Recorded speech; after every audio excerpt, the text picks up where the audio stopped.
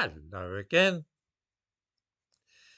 I have been thinking lately about the idea of diversity in Britain and comparing the modern trend here with several other countries in the world.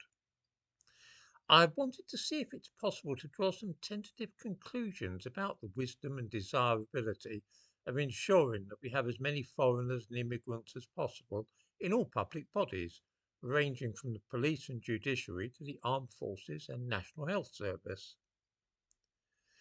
The twin driving forces behind this whole business are an appalling lack of patriotism and confidence in our own country, combined with a crippling and wholly unnecessary guilt for the past.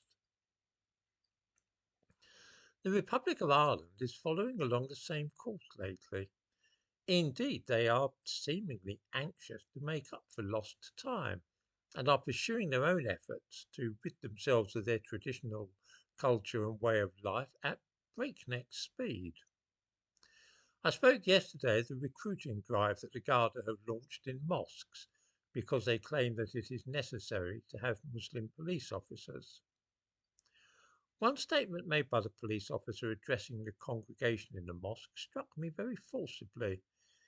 He said of Ireland police that we can't be having only Irish men and women.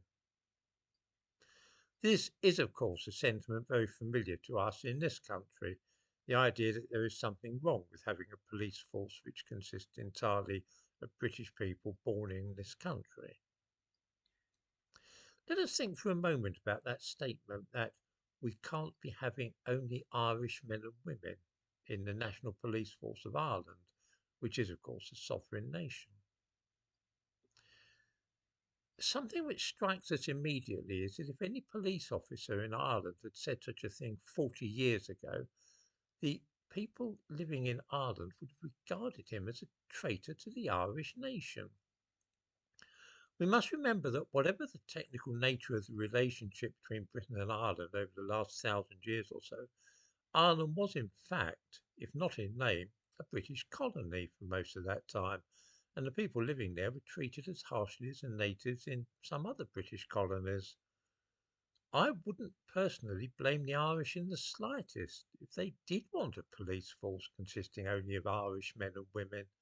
It would be an expression of statehood and cause for national pride.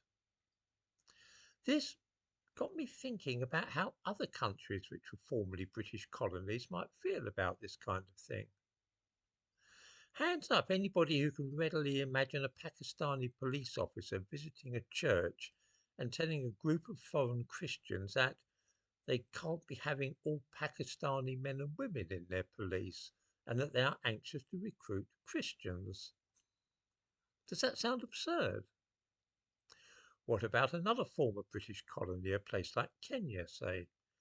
Can anybody imagine the Kenyan police announcing that they can't only have Kenyan men and women in their police force? Singapore? Jamaica?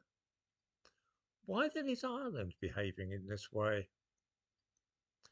The answer is depressingly simple. They are copying Britain. They know that we are going mad, trying to recruit as many foreigners as possible into our public bodies, and so feel that they must do the same if they want to be with it and up to date. Which brings us, of course, to the point of this video.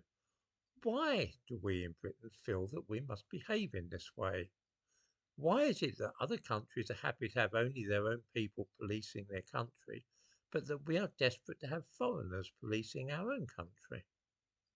Why are we so dead set against white British people joining the RAF that we reject qualified pilots in order that we can show that our air force is diverse? What is the motive for this?